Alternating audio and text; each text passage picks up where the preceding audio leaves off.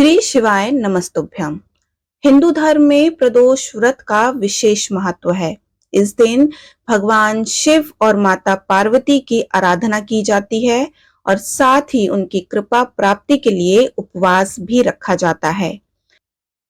धार्मिक मान्यताओं के अनुसार जो भी साधक अपने जीवन में बुद्ध प्रदोष व्रत रखता है, उसके जीवन के संकट शीघ्र ही कम होने लगते हैं।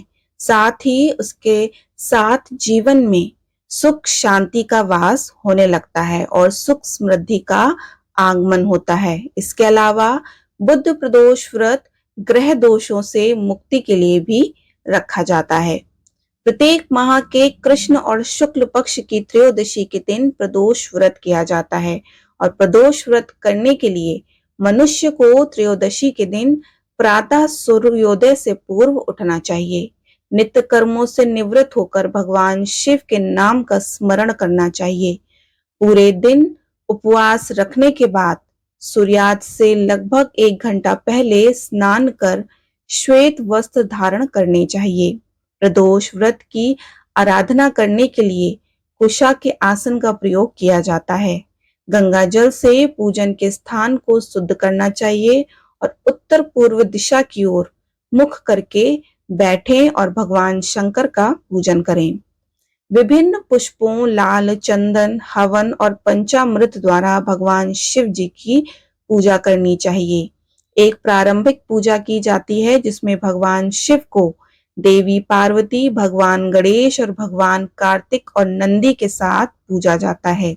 उसके बाद एक अनुष्ठान किया जाता है जिससे भगवान शिव की पूजा की जाती है और एक पवित्र कलश में आह्वान किया जाता है और पूजन में भगवान शिव के मंत्र ओम नमः शिवाय का जाप करते हुए शिव को जल चढ़ाना चाहिए। इस अनुष्ठान के बाद भक्त प्रदोष व्रत कथा सुनते हैं या फिर शिव पुराण की कहानियां सुनते हैं।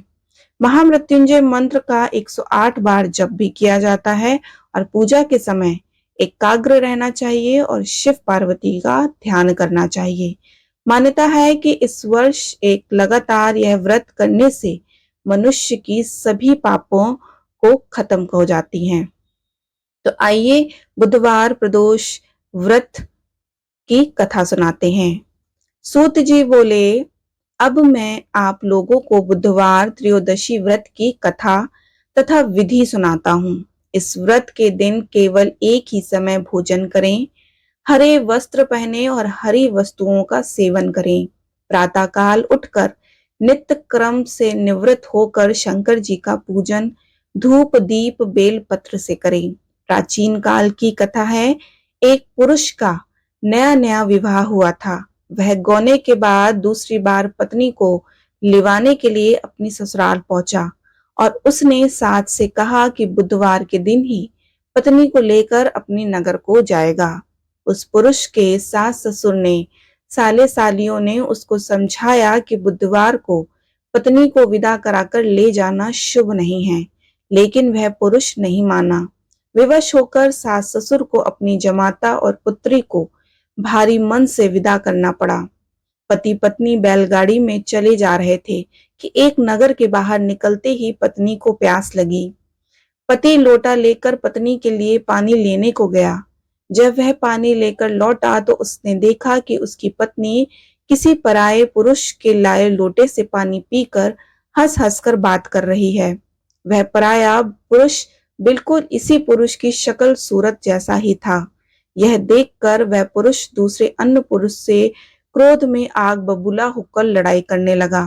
धीरे धीरे वहां काफी भीड़ इकट्ठा हो गई। इतने में एक सिपाही भी आ गया।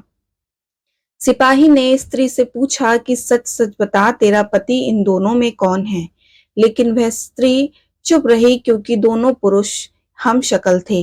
बीच राह में पत्नी को इस तरह लुटा देखकर वह पुरुष मन ही मन शंकर भगवान की प्रार्थना करने लगा कि हे भगवान, मुझे और मेरी पत्नी को इस मुसीबत से बचा लो। मैंने बुधवार के दिन अपनी पत्नी को विदा कराकर जो अपराध किया है उसके लिए मुझे क्षमा करो। भविष्य में मुझसे ऐसी गलती नहीं होगी।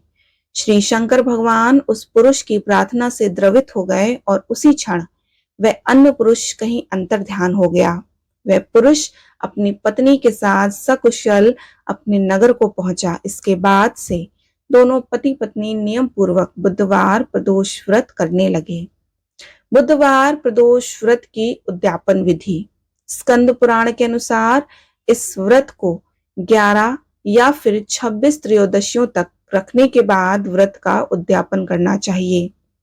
उद्यापन वाली त्रयोदशी के एक दिन पूर्व श्री गणेश का विधिवत षोडशोपचार से पूजन किया जाना चाहिए। पूर्व रात्रि में कीर्तन करते हुए जागरण किया जाता है और इसके बाद उद्यापन के दिन प्रातः जल्दी उठकर नित्य कर्मों से निवृत्त होकर स्वच्छ वस्त्र धारण कर पूजा स्थल को गंगा जल से शुद्ध कर लें। इसके बाद रंगीन वस्त्रों और रंगोली से सजाकर मंडप तैयार कर लें। मंडप में एक चौकी पर शिव पार्वती की प्रतिमा स्थापित करें और विधि विधान से शिव पार्वती का पूजन करें।